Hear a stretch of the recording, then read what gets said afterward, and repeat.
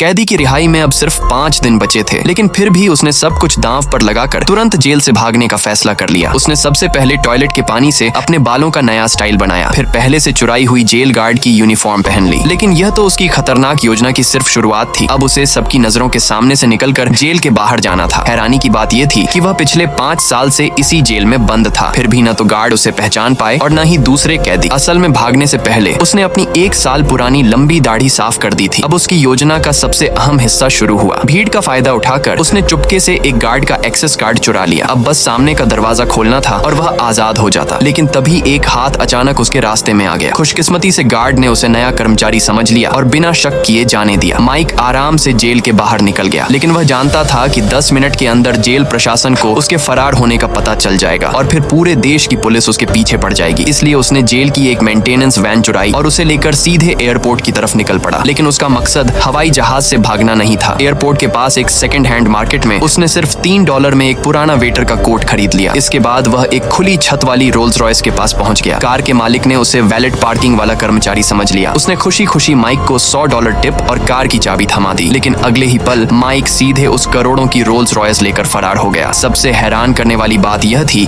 कि उसने यह पूरा पागलपन सिर्फ अपनी गर्लफ्रेंड की एक बात की वजह से किया था। उधर केस संभाल रहे एजेंट ने तुरंत माइक की तलाश शुरू कर दी। जांच के दौरान पता चला कि माइक सचमुच अपनी गर्लफ्रेंड के घर पहुंच गया था, लेकिन वहां पहुंचकर उसने देखा कि घर पूरी तरह खाली पड़ा है। उस लड़की का कोई निशान नहीं था। एक ऐसे इंसान को देखकर जो प्यार के लिए सब कुछ दांव पर लगा सकता था, अनुभवी एजेंट भी कुछ पल के लिए खामोश हो गया, क्योंकि माइक ने सिर्फ 5 दिन बाद मिलने वाली आजादी गंवाई ही नहीं थी, बल्कि अब उसके खाते में 4 साल की अतिरिक्त सजा भी जुड़ने वाली थी। लेकिन तभी कहानी में एक ऐसा मोड़ आया जिसने सब कुछ बदल दिया। उस पार्ट को देखने के लिए सब्सक्राइब करें हमारे चैनल को।